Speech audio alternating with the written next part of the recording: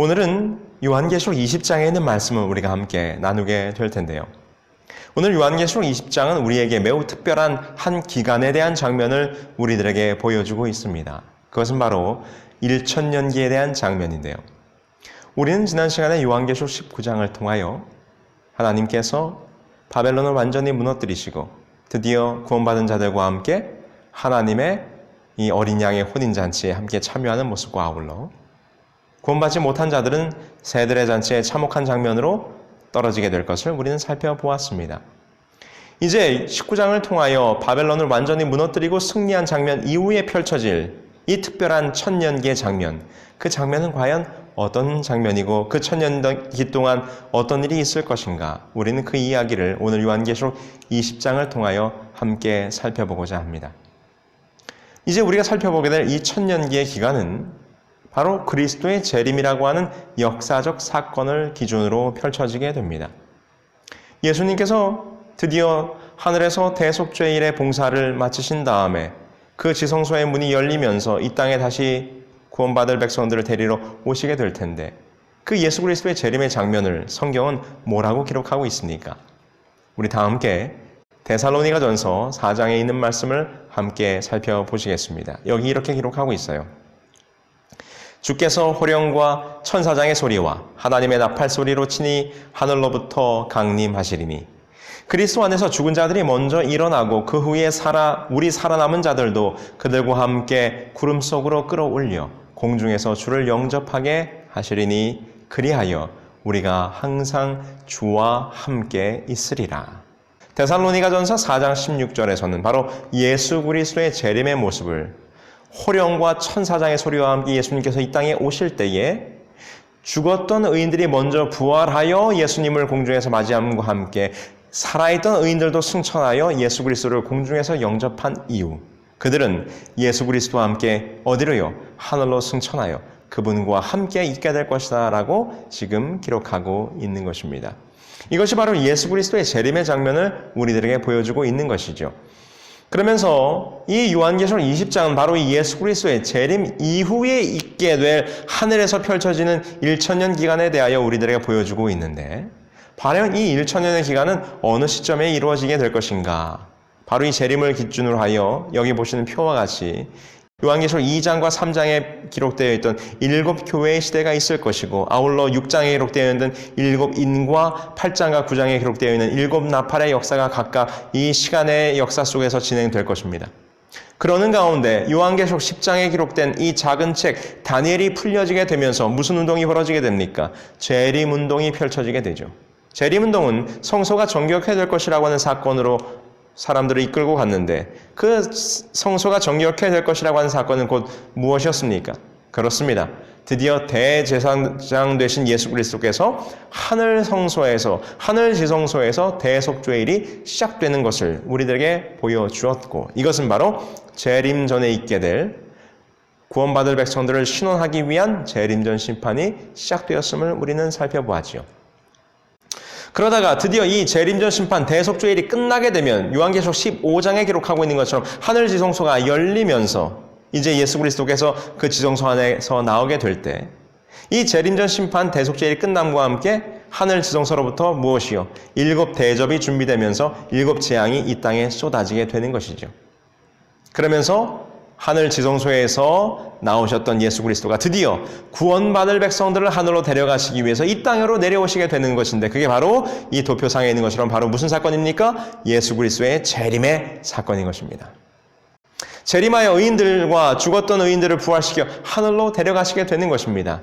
바로 이 사건, 재림 사건을 기준으로 해서 이제 요한계시록 20장에서는 그 뒤로 펼쳐지게 될 무슨 시간, 바로 천년기의 시간을 오늘 우리들에게 보여주고 있는 것입니다.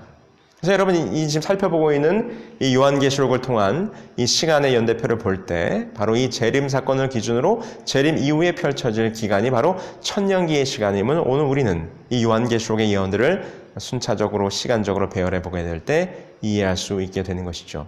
자, 이것이 바로 천년기입니다. 그렇다면 이 요한계시록 20장에서는 이 1000년 기간 동안 어떤 일이 있을 것인지에 대하여 다음과 같이 우리들에게 설명해주고 있는데 오늘 그 이야기를 함께 나눠보도록 하시죠. 요한계시록 20장 1절로 3절입니다. 또 내가 보매 천사가 무저갱의 열쇠와 큰 쇠사슬을 그의 손에 가지고 하늘로부터 내려와서 용을 잡으니 옛 뱀이요 마귀요 사탄이라. 잡아서 1000년 동안 결박하여 무정에게 던져 넣어 잠그고 그 위에 임봉하여 1000년이 차도록 다시는 만국을 미혹하지 못하게 하였는데 그 후에는 반드시 잠깐 노일이라 라고 기록하고 있습니다. 여기 보니까 천사가 무저갱의 열쇠와 큰 쇠사슬을 가지고 등장합니다. 무저갱이란 19장에서 의인들은 재림하신 예수님과 함께 승천하여 하늘에서 어린 양의 혼인잔치에 참여하고 구원받지 못한 사람들은 예수님의 재림의 때에 죽었으므로 이 땅에는 아무 인간도 존재하지 않고 다만 누구만 결박되어 남아있게 될까요? 그렇습니다. 루스벨, 그를 추종하던 악한 천사들만 남게 되는데 바로 이 공간, 완전히 멸망하여 황폐되어져 버린 이 지구, 그 어떤 인간도 다시는 미혹할 만한 그 어떤 인간도 남아있지 않은 이 지구에 누가요? 바로 옛뱀 곧 사단이 1000년 동안 결박되어져 있을 것이다 라고 오늘 요한계시록은 우리들에게 말해주고 있는 것이죠. 그래서 여기는 이 공간을, 이 멸망해버린 지구의 모습을 무저갱이라고 표현해주고 있어요. 이 구절은 바로 지구가 창조되기 이전의 상태의 모습을 우리들에게 연상시켜주고 있는 것입니다. 계시록에 사용된 이 그리스어 낱말은 창세기 1장 2절의 히브리어 낱말 바로 트홈, 암흑, 칠흑같이 어두운 창조 이전의 모습, 이것이 곧 무저갱의 모습인 것을 오늘 우리들에게 연결시켜서 보여주고 있는 것이죠. 모든 의인들은 하늘로 올라갔어요. 악인들은 다 멸망당해 땅속에 묻혔습니다. 그러므로 이 아무것도 없고 완전히 폐허가된 이 지구의 모습을 곧 무엇이라고 표현한 것일까요? 그렇습니다. 무저갱이라고 표현하고 있는 것이고 바로 땅이 공허하고 혼돈했던 창조 이전의 모습으로 되돌아갔 바로 그 모습을 오늘 우리들에게 보여주고 있는 것입니다. 생명도 없고 인간도 없고 그 어떤 창조물도 남아있지 않은 이 황폐된 공간, 이 공허한 공간에 누가 잡혀있는 것입니까?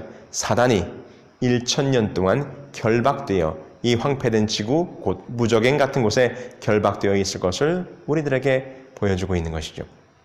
이것은 우리가 대속죄일의 봉사 가운데 바로 아사셀을 위한 염소의 의식 가운데서 우리는 이 의미를 찾아볼 수 있어요. 염키푸르, 바로 이 대속죄일의 의례 속에서 이미 암시되어 있었던 이 말씀을 우리는 보게 되는데 그것은 무엇인가? 사탄을 상징하는 이 아사셀을 위한 염소를 어떻게 했습니까? 대속죄일의 의례의 일부 가운데 바로 이 아사셀을 위해서 제비 뽑힌 염소를 어디로 내쫓았습니까? 아무것도 없는 무인지경의 광야로 내쫓아서 거기에 추방했던 그 제사의 대속죄일의 예식이 있었습니다. 이 아사셀의 의식을 통하여 보여주는 악의 추방의 모습, 백성의 죄에 대한 속죄와 성소의 정결이 마무리될 때 이 아사셀을 위한 염소가 광야로 추방되어 무인지경에 놓이게 되는 이 장면이 바로 지금 요한계시록 20장에 기록되어지고 있는 이 사탄이 무저갱, 황폐되어져 버린, 무인지경이 되어져 버린 이 지구상에 1000년 동안 갇히게 되는 사건을 상징하고 있는 것이죠. 그래서 요한복음도 이 장면을 동일하게 예언하고 있어요. 이렇게 기록하지요. 요한복음 12장 31절, 16장 11절에 보면 이 세상의 심판이 실행될 때 사탄, 곧 이 세상 임금이 어떻게 될 것이라?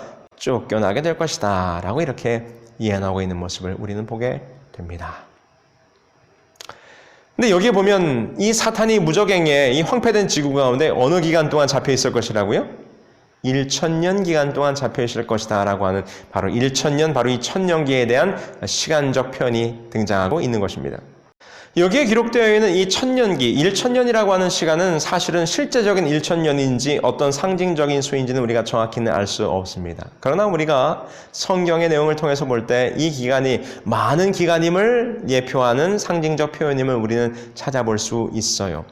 왜냐하면 시편 84편 10절에 보면 주의 궁정에서 한 날이 다른 곳에서 첫날보다 나은즉 이라고 기록하고 있고 시편 90편 4절에 주의 목전에는 1000년이 지나간 어제 같으며 라고 기록하고 있습니다. 이러한 구절들을 비춰볼 때 우리는 1000이라는 수를 여러 해, 많은 긴 기간을 의미하는 표현인 것으로 이해할 수 있게 되는 것이죠. 왜냐하면 요한계시록 20장 3절에 보면 그 끝에 잠깐이란 말이 기록되어 있어요. 그래서 이 잠깐이란 말은 1000년이라고 하는 기간과 대조돼요. 1000이라고 하는 기간은 많은 기간, 긴 기간을 의미하는 것이고 잠깐이란 말은 아주 짧은 시간적 개념인 것을 오늘 우리들에게 대조하여 보여주고 있기 때문이죠.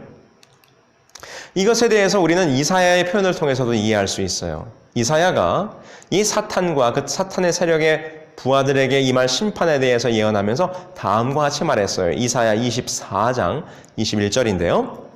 그날에 여호와께서 높은 데서 높은 군대를 벌하시며 땅에서 땅의 왕들을 벌하시리니 그들의 죄수가 깊은 옥에 모임같이 모이게 되고 옥에 갇혔다가 여러 날 후에 형벌을 받으리라 이렇게 기록하고 있습니다. 계시록에서처럼 오랜 기간 즉 얼마라고요? 여러 날 동안 갇히는 것을 우리는 보게 됩니다. 그래서 이 요한계시록 20장 3절에 이 1000이라고 하는 기간은 바로 오랜 기간, 어떤 긴 기간을 의미하는 것으로 우리는 이해해 볼 수 있는 것이죠. 우리가 여기서 기록되어 있는 1000년의 기간을 정확히 1000년이라고 하는 우리들의 지금의 시간적 개념으로 이해한다기보다는 성경에 기록되어 있는 것처럼 사탄이 매우 오랜 시간 동안 황폐해져 버린 이 지구, 이 무저갱 같은 곳에 갇혀있게 될 것이다 라고 하는 것으로 우리가 이해하는 것이 더 합당하리라고 생각합니다. 어쨌든 우리는 성경의 표현을 빌어서 이 기간을 우리는 1000년기, 1000년기라고 부르고 있는 것이죠. 그렇다면 이 땅의 악인들은 다 죽었습니다. 이 지구는 창조 이전에 혼돈하고 공허하고 암흑이 둘러싸여 있던 모습으로 완전히 변화되었고 사탄은 이 암흑과 같은 세상에 1000년기 동안 갇혀있게 될 것입니다. 그렇다면 구원받아 하늘에 가는 의인들은 그 1000년기간 동안 무엇을 하게 될까요? 요한계시록 20장 4절과 5절에 보면 다음과 같이 그들의 모습을 묘사합니다. 또 내가 보좌들을 보니 거기에 앉은 자들이 있어 심판하는 권세를 받았더라. 또 내가 보니 예수를 증언함과 하나님의 말씀 때문에 목배임을 당한 자들의 영혼들과 또 짐승과 그의 우사에게 경배하지 아니하고 그들의 이마와 손에 그의 표를 받지 아니한 자들이 살아서 그리스도와 더불어 1000년 동안 왕노릇하니 그 나머지 죽은 자들은 그 1000년이 차기까지 살지 못하더라. 이는 첫째 부활이라. 이렇게 기록합니다. 여기 기록하고 있는 것처럼 예수님과 함께 승리하여 승천한 성도들이 1000년기 동안 무엇을 할 것이라고요? 하나님이 베풀어 놓으신 심판정에서 그리스도와 함께 왕의 자리에 앉아 왕이 행해야 될 직무 중에 하나인 심판의 일을 하게 될 것이다 라고 기록하고 있는 것입니다. 이 기간 동안 구원에 이르지 못한 사람들과 사탄과 그의 추종자들의 삶의 기록들을 살펴보면서 이 심판이 과연 어떻게 진행되었는지를 아마 구원받은 백성들이 다시 한번 재확인하는 시간이 있게 될 것입니다. 우리는 신앙적인 유머 가운데 다음과 같은 유머를 합니다. 무슨 유머가 있는가 하면 우리가 하늘에 가면 3가지 놀랄 일이 있다고 하죠. 첫 번째는 나 같은 사람이 어떻게 구원을 받았을까? 나 자신이 구원받은 것으로 인하여 놀라고 감탄한다는 것입니다. 두 번째는 저 사람은 어떻게 구원을 받았을까? 내가 이 세상에서 살 때 참 저 사람은 저래가지고 구원받을까? 참 의아했었는데 내가 구원받지 못할 거라고 생각했던 그 사람이 구원받아 하늘에 같이 있는 것입니다. 그래서 어떻게 저 사람이 구원을 받았을까? 두 번째 놀란다고 하지요. 세 번째 놀라는 것은 무엇일까요? 아니 그분은 구원받았어야 됐는데 아무리 하늘에서 둘러보아도 그분을 찾을 수가 없는 것입니다. 왜 그 사람은 구원을 받지 못했을까? 이 3가지가 참으로 놀라운 일이기도 하고 또 의문점이 될 수도 있을 것입니다. 그래서 우리는 1000년 동안 하늘에서 그분과 함께 심판하는 일을 하게 될 것인데 하나님께서 나를 구원에 이르도록 어떻게 인도하셨는지 이전에 하나님을 오해한 일도 이때 다 이해하게 될 것입니다. 내가 지상에 사는 동안 접촉하고 알게 된 모든 사람들과의 관계의 진상을 알게 되므로 누구는 구원받고 구원받지 못했으며 어떻게 나는 구원받았는가? 그분의 심판이 어떻게 이루어졌는가에 대하여 일체의 오해함이나 잘못된 해석이 없이 하나님의 심판이 참으로 공정하고 합당했음을 충분히 우리도 살피면서 그것으로 말미암아 그분의 심판이 참으로 공정함을 깨닫게 되는 그와 같은 일들이 1000년 동안 하늘에서 우리가 왕노릇하며 그 심판하는 일에 참여함으로 분명하게 우리가 깨닫게 될 것입니다. 우리는 이 기간을 통하여 사탄이 이 지구 역사의 배후에서 어떻게 인류를 속여왔으며 나를 구원에 이르지 못하게 하기 위해서 어떻게 활동해 왔는지를 살펴보므로 사탄의 진상이 어떠한가, 사탄의 진상이 얼마나 무서운가를 분명히 알게 될 것입니다. 시편 119편 18절에 이렇게 기록했죠. 내 눈을 열어서 주의 법에 기이한 것을 보게 하소서. 바로 이 시편 119편 18절의 말씀이 1000년 기간 동안 하늘에서 구원받은 백성들이 그들의 눈을 열어서 하나님의 법이, 하나님의 심판이 얼마나 기이했는가를 분명히 깨닫는 시간으로 1000년 기간을 보내게 될 것을 우리는 확인해 보게 되는 것입니다. 그러면서 하나님의 엄청난 자비가 나 같은 죄인을 구원하였다는 사실을 깊이 절감하고 통감하면서 동시에 1000년 동안 인간 역사의 진상들을 살피며 사탄의 모든 속임수를 확인하게 되고 그리하여 하나님과 끊을 수 없는 사랑이 나의 마음 가운데 굳게 다시 한번 확신하게 되는 은혜로운 기간으로 그 1000년 기간을 보내게 될 것입니다. 자, 이것이 바로 예수 그리스도의 재림 이후에 하늘에서 펼쳐질 1000년기 동안의 장면이에요. 이 땅에서는 사단이 결박되어서 이 황폐되어간 지구 가운데서 1000년기 동안 결박되어 있을 때 우리는 하늘에서 그분과 함께 왕노릇하며 이 지구의 역사를 살피며 그 모든 심판의 과정들이 얼마나 은혜로웠는가를 확인해보는 시간을 갖게 될 것입니다. 그러면 이제 이 1000년 기간의 모든 그 심판의 과정이 끝나면 그 다음으로 어떤 일이 벌어질까요? 요한계시록 20장 7절로 8절입니다. 1000년이 참해 사탄이 그 옥에서 놓여 나와서 땅의 사방 백성 곧 곡과 마곡을 미혹하고 모아 싸움을 붙이리니 그 수가 바다의 모래 같으리라. 자, 이제 1000년의 기간이 만료되면 아담 때부터 세상 끝날까지 가인을 선두로 하여 구원에 이르지 못한 사람들을 다 부활하는 일이 일어나게 될 것입니다. 자, 이것을 오늘 우리는 둘째 부활이라고 불러요. 요한계시록 20장 초반에 바로 하늘에 구원받은 백성들이 1000년 동안 왕노릇하여 올라가게 될 때 그곳에 참여한 자들이 곧 무슨 부활에 참여한 자들이라고 우리가 읽었습니까? 첫째 부활이라고 우리가 읽었죠. 근데 여기 보니까 1000년기 이후에 이 악인들이 다시 한번 부활하는 일이 보여집니다. 그 옥에서 놓여서 땅에서 백성들이 다시 나오는 것입니다. 이것을 둘째 부활이라고 우리는 부르는데 그렇다면 첫째 부활은 무엇이고 둘째 부활은 무엇일까요? 여러분, 성경에는 부활이 그 시점에 따라 두 가지가 있음을 우리는 알게 됩니다. 바로 예수 그리스도께서 우리들에게 설명해 주고 있는데요. 요한복음 5장 28절과 29절에 있는 말씀입니다. 이를 놀랍게 여기지 말라. 무덤 속에 있는 자가 다 그의 음성을 들을 때가 오나니 선한 일을 행한 자는 생명의 부활로 악한 일을 행한 자는 심판의 부활로 나오리라.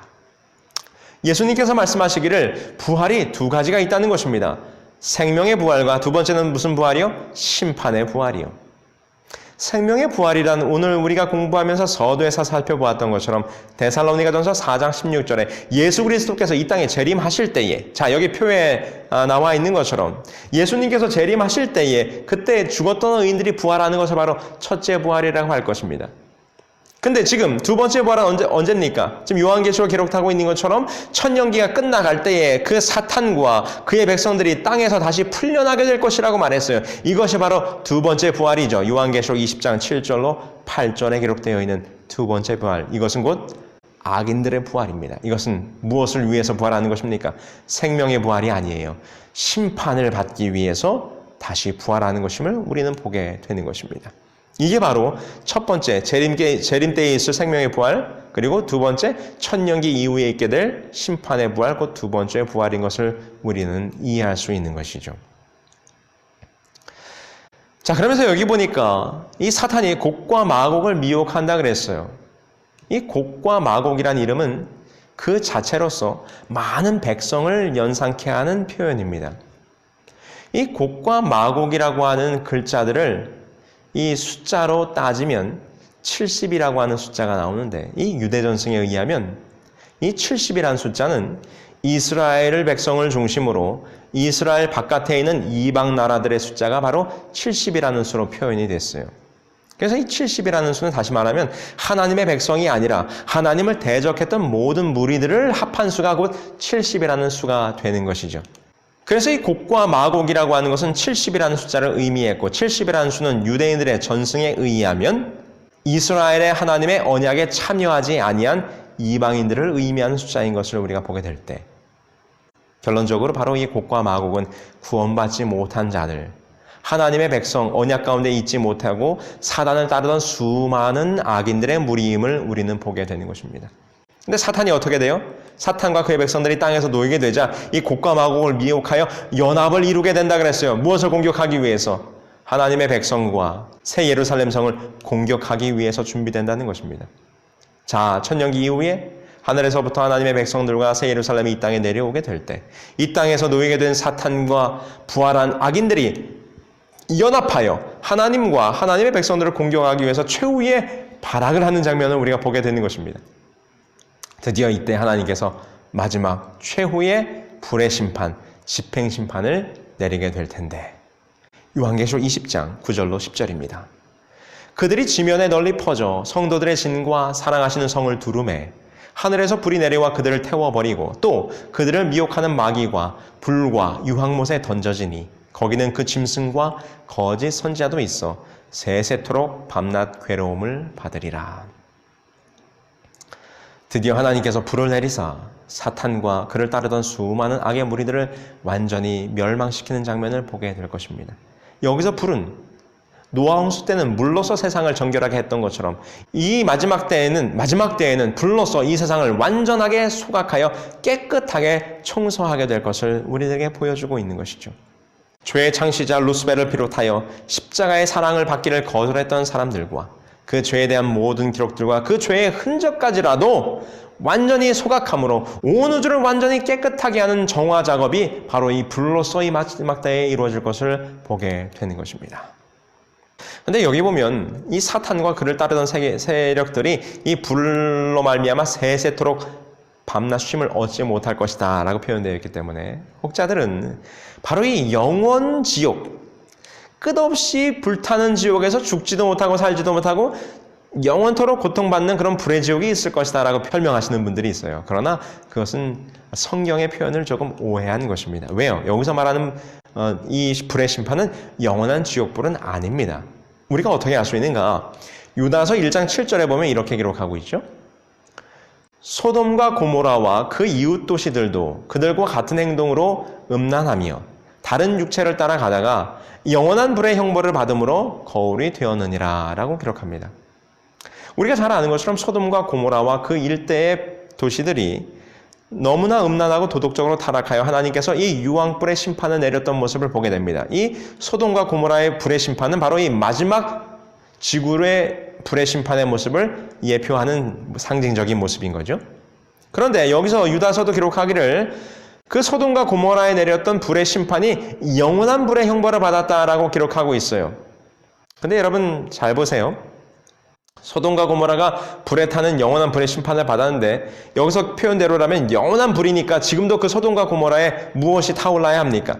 불꽃이 타올라야지요. 그러나 그렇지는 않습니다.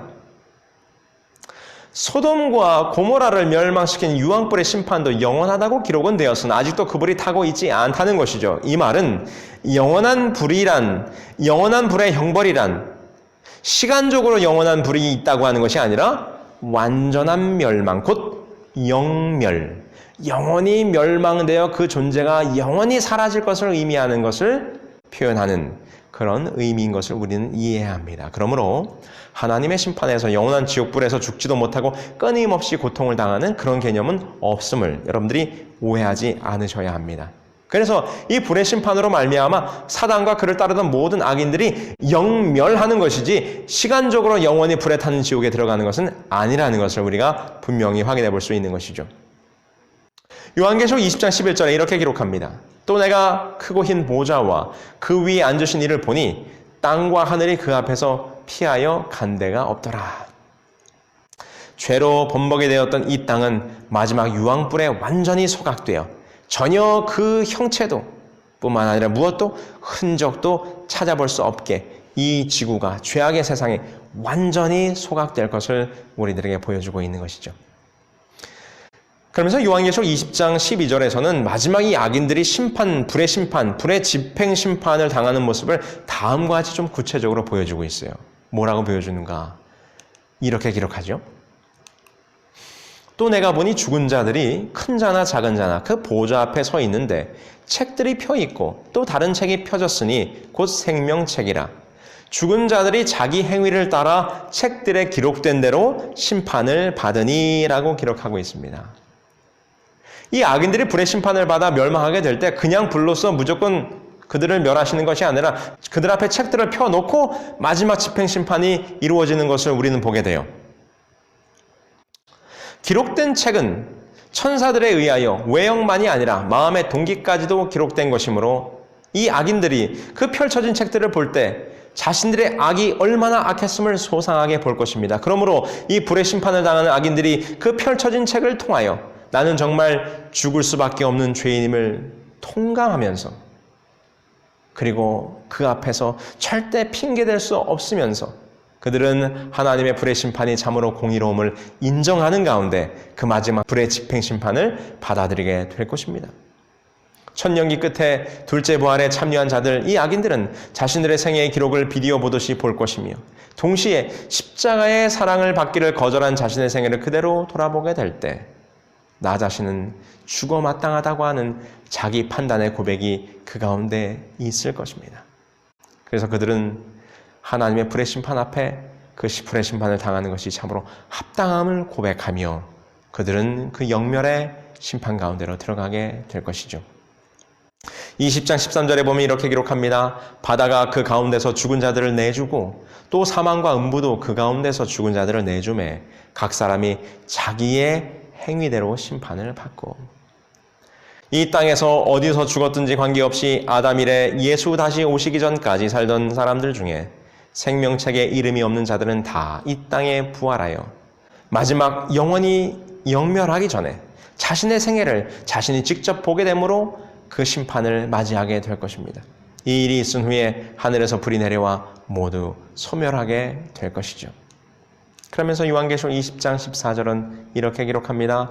사망과 음부도 불못에 던져지니 이것이 곧 둘째 사망 곧 불못이라 라고 설명하고 있는 것이죠.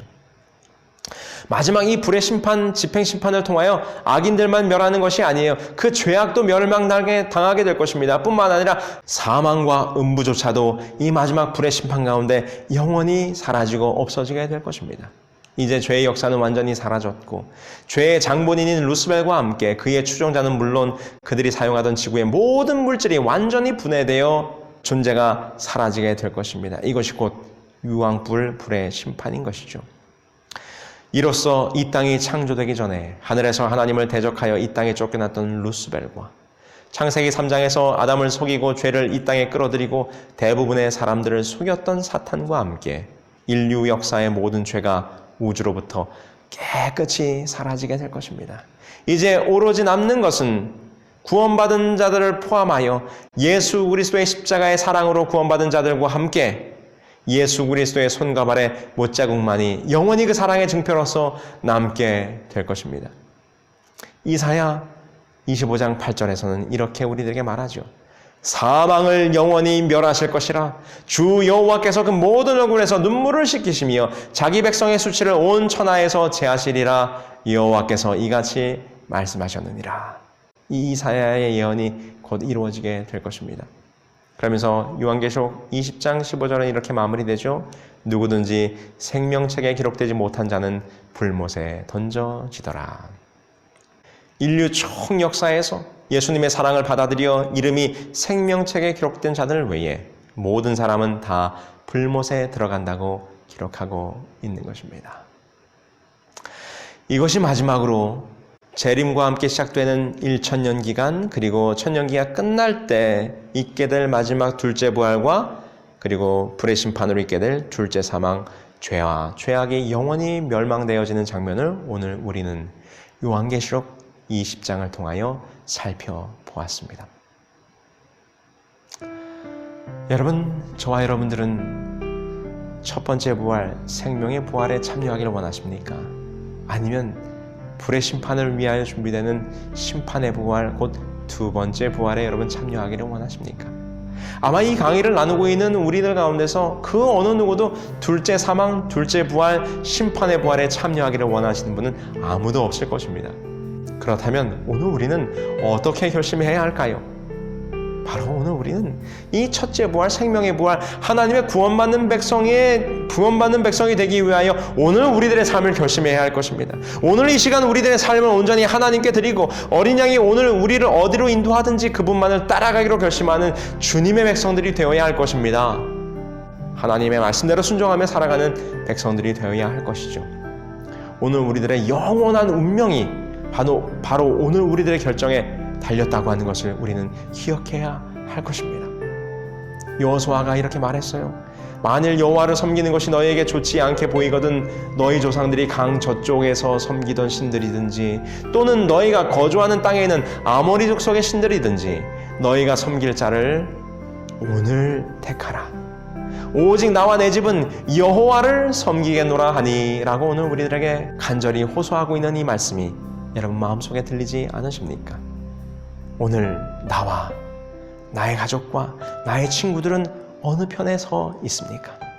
여러분 오늘 지금까지 요한계시록의 말씀을 공부하면서 이 예언의 말씀을 공부하면서 깨달았던 말씀의 진리, 그 진리 가운데 서기로 오늘 결심하시게 되길 바랍니다. 오늘 여러분들의 결심이 여러분들의 영원한 운명을 가른다고 하는 사실을 기억할 때 우리가 둘째 부활, 심판의 부활, 영멸의 부활에 참여하는 자들이 아니라 첫째 부활 그리스도의 재림과 함께 하늘에 갈 백성으로 부활하는 주님의 백성으로 영원히 하늘에서 거하게 될 백성으로 남게 되길 원하신다면 바로 오늘 이 시간 그리스도의 말씀대로 살아가기로 여러분들의 마음속에 결심하시게 되길 간절히 소망하면서 오늘 강의를 줄이겠습니다.